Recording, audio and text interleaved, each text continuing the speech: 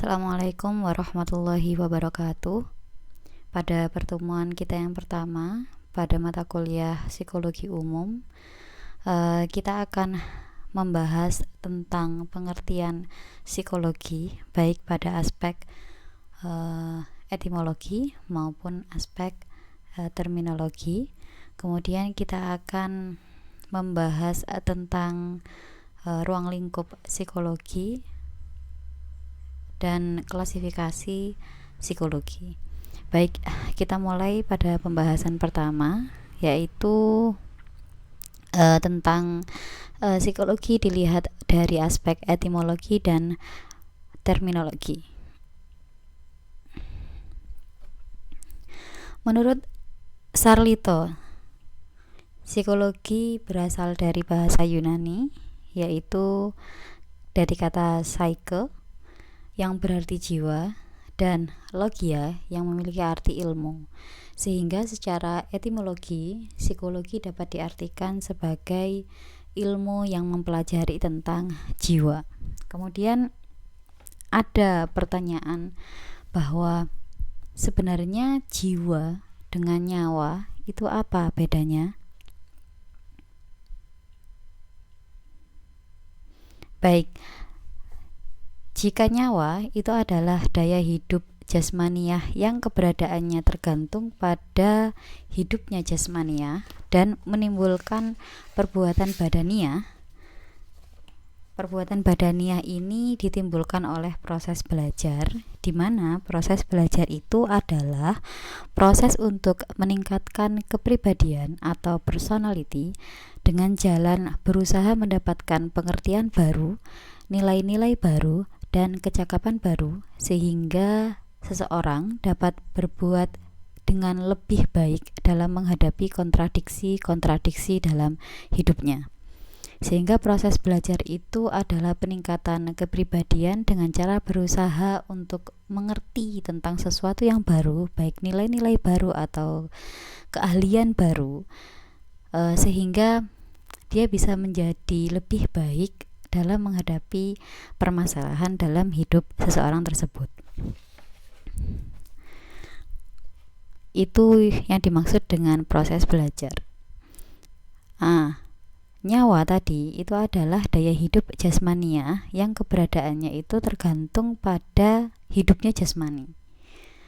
Kalau jiwa itu adalah daya hidup rohania yang bersifat abstrak, yang menjadi penggerak dan pengatur bagi perbuatan-perbuatan pribadi atau disebut dengan personal behavior dari hewan tingkat tinggi dan manusia. Nah, yang dimaksud dengan personal behavior atau perbuatan pribadi adalah perbuatan sebagai hasil belajar yang dimungkinkan oleh keadaan jasmani, rohani, sosial, dan lingkungan. Saya ulangi lagi, yang dimaksud dengan perbuatan pribadi adalah perbuatan sebagai hasil dari proses belajar. Ini proses belajar ya, yang dimungkinkan oleh keadaan jasmani, rohani, sosial, dan lingkungan. Sehingga jiwa itu sangat berhubungan dengan nyawa karena ada hubungan proses belajar di dalam personal behavior.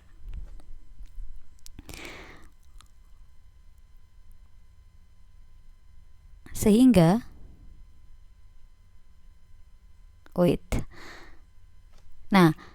jiwa itu mengandung pengertian-pengertian, nilai-nilai, kebudayaan, dan kecakapan-kecakapan karena dia mengandung proses belajar itu tadi.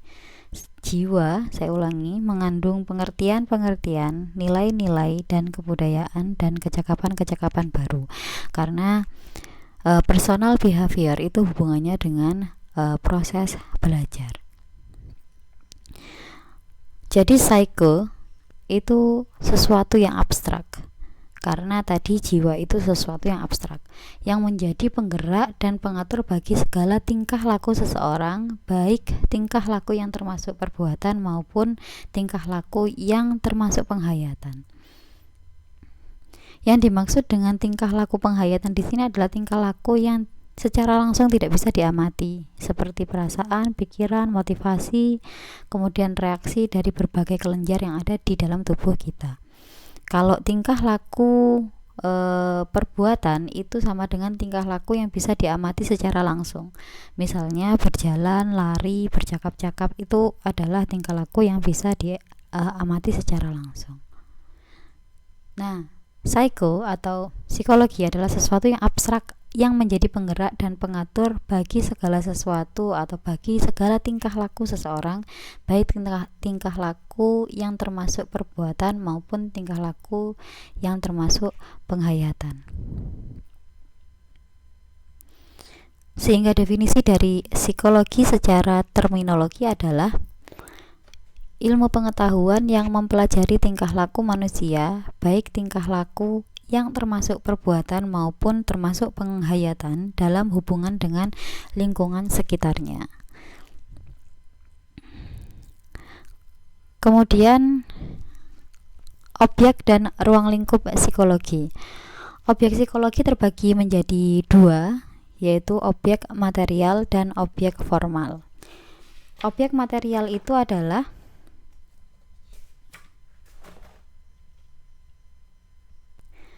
objek material psikologi adalah manusia. Definisi dari objek material psikologi di sini, atau definisi dari objek material sendiri adalah objek yang bersifat umum yang dilihat dari wujudnya, yaitu yang menjadi sasaran suatu ilmu pengetahuan. Jadi objek material adalah objek yang menjadi sasaran dari suatu ilmu pengetahuan. Kalau objek material dari psikologi adalah manusia. Kemudian yang kedua adalah objek formal. Objek formal dari psikologi adalah perilaku manusia dan hal-hal yang berkaitan dengan proses perilaku manusia. Objek formal sendiri itu memiliki definisi objek yang bersifat spesifik dari segi tertentu, yaitu dari objek material yang dibahas. Jadi kalau objek material itu adalah yang menjadi sasaran dari suatu ilmu pengetahuan, kalau objek formal itu adalah spesifik atau kekhususan dari sasaran yang dituju dari ilmu pengetahuan itu. Sehingga objek material psikologi adalah manusia, objek formalnya adalah perilaku dari manusia. Jadi begini, setiap objek ilmu pengetahuan atau ilmu pendidikan itu memiliki keterkaitan. Misalnya, ilmu sosial dengan ilmu psikologi. Yang kedua macam dari ilmu pengetahuan ini mempunyai objek material yang sama, yaitu sama-sama objek materialnya adalah manusia. Akan tetapi objek formalnya dari ilmu sosial dan ilmu psikologi itu berbeda. Kalau ilmu sosial membahas manusia dari sudut pembahasan kehidupan individu dan interaksinya antar masyarakat, kalau ilmu psikologi, objek formalnya itu membahas manusia dari sudut pembahasan jiwa dan pikiran individu itu sendiri melalui perilaku manusia. Sehingga objek material atau sasaran yang dipelajari ilmu pengetahuan itu bisa jadi sama, sedangkan yang membedakan itu biasanya di objek formalnya.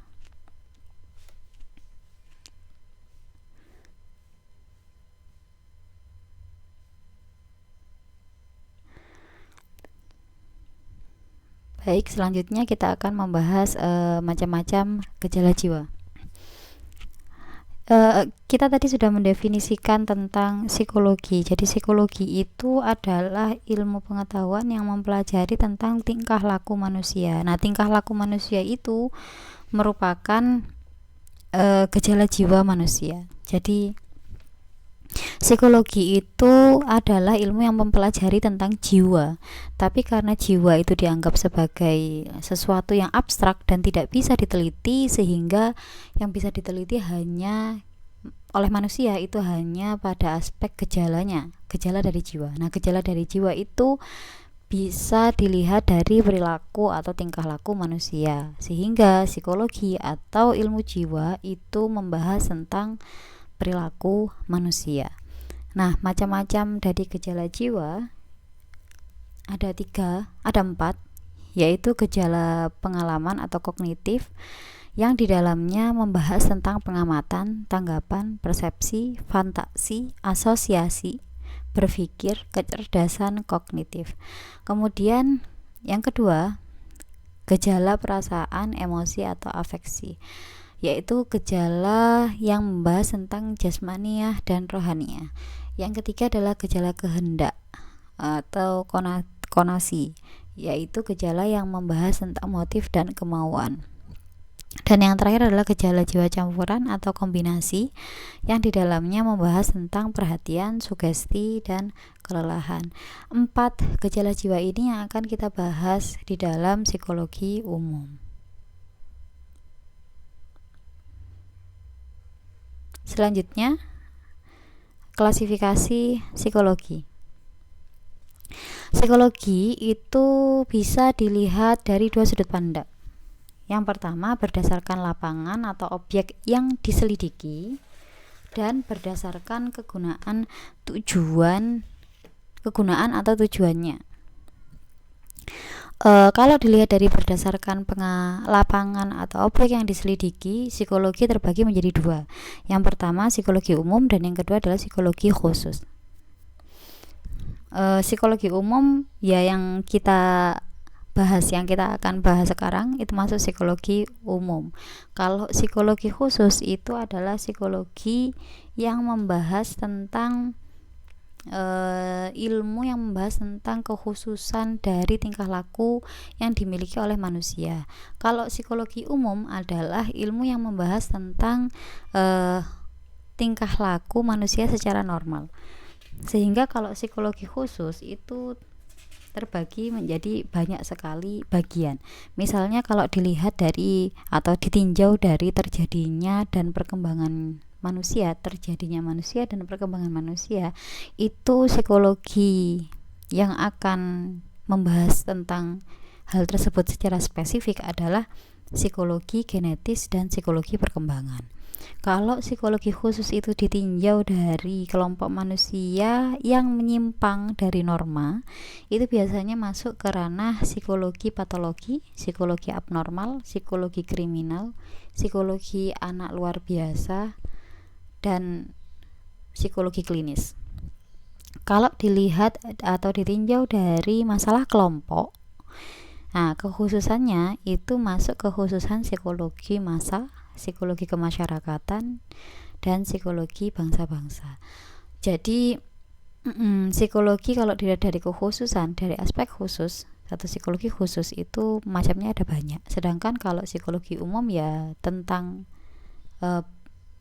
cuma satu, psikologi umum cuma satu yang membahas tentang perilaku manusia secara normal. Oke, yang kedua adalah klasifikasi psikologi yang kedua adalah psikologi berdasarkan kegunaan atau tujuannya. Psikologi berdasarkan kegunaan atau tujuannya itu terbagi menjadi dua, psikologi teoritis dan psikologi praktis. Yang dimaksud dengan psikologi teoritis adalah ilmu jiwa yang mempelajari gejala-gejala kejiwaan untuk gejala itu sendiri.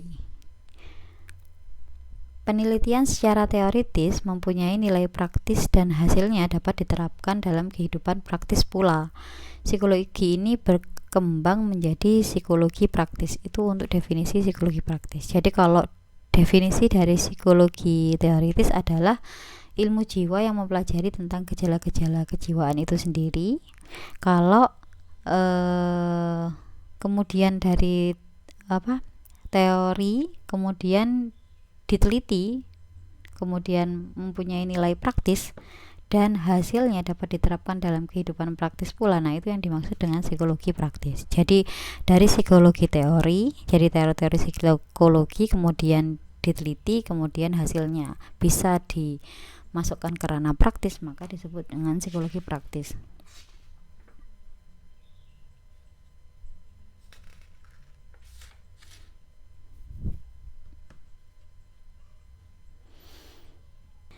Baik, selanjutnya kita akan membahas tentang klasifikasi psikologi. Klasifikasi psikologi ini bisa dilihat dari dua hal, berdasarkan lapangan atau objek yang diselidiki, dan yang kedua berdasarkan kegunaan atau tujuannya. Yang sebenarnya kedua pandangan ini itu saling berhubungan. Kalau berdasarkan lapangan dan objek yang diselidiki itu terbagi menjadi dua, yaitu psikologi umum dan psikologi khusus. Kalau berdasarkan kegunaan atau tujuannya terbagi menjadi dua juga, psikologi teoritis dan psikologi praktis.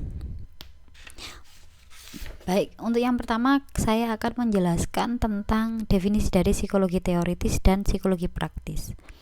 Ini dulu ya, karena nanti psikologi dari penjelasan psikologi teoritis dan psikologi praktis ini kemudian akan berhubungan dengan psikologi umum dan psikologi khusus, karena psikologi umum dan psikologi khusus ini adalah merupakan bagian dari psikologi teoritis dan psikologi praktis.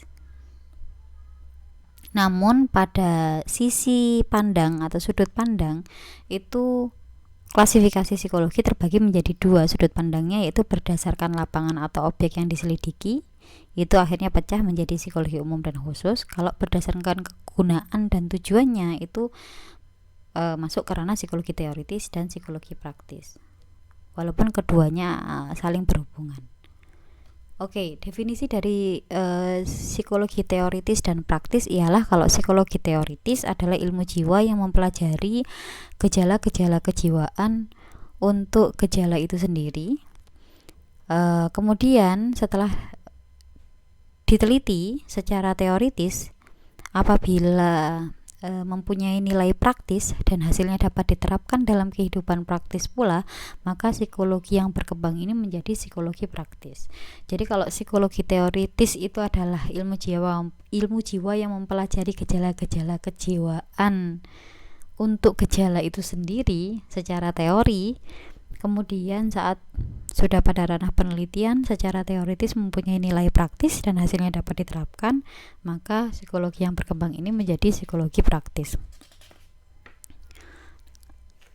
Klasifikasi psikologi teoritis yang membahas tentang ilmu jiwa itu sendiri terbagi menjadi dua, yaitu psikologi umum dan psikologi khusus. Jadi psikologi umum dan psikologi khusus ini pecahan dari psikologi teoritis. Klasifikasinya terbagi menjadi dua, psikologi umum dan psikologi khusus. Definisi dari psikologi umum adalah menyelidiki kegiatan-kegiatan praktis pada umumnya dari manusia dewasa dan normal, termasuk kegiatan pengamatan, berpikir, intelijensi, perasaan, kehendak, motivasi, dan sebagainya, yang kemudian menghasilkan dalil umum dan melahirkan teori-teori psikologi. Itu definisi dari psikologi umum. Sedangkan kalau psikologi khusus menyelidiki segi-segi kekhususan dari kegiatan psikis manusia, sehingga kalau psikologi khusus itu macamnya atau ilmu yang mempelajari psikologi di dalam psikologi khusus itu macamnya ada banyak. Kalau ditinjau dari terjadinya perkembangan manusia, itu ada psikologi perkembangan. Kalau ditinjau dari terjadinya lahirnya manusia, itu ada psikologi genetis. Kalau ditinjau dari kelompok manusia yang menyimpang dari norma, itu ada psikologi patologi, psikologi abnormal, psikologi kriminal, psikologi anak luar biasa. Nah, kalau ditinjau dari masalah kelompok, itu ada psikologi massa, psikologi kemasyarakatan, atau psikologi bangsa-bangsa. Sehingga psikologi khusus itu macamnya atau keilmuannya, partisi keilmuannya itu ada banyak.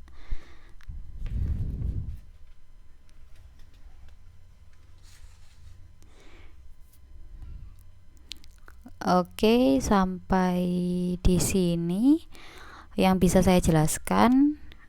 Kalau ada pertanyaan silakan ditanyakan di list pertanyaannya, kemudian dikirimkan ke saya. Insya Allah nanti saya akan jawab satu persatu. Demikian saya akhiri. Wassalamualaikum warahmatullahi wabarakatuh.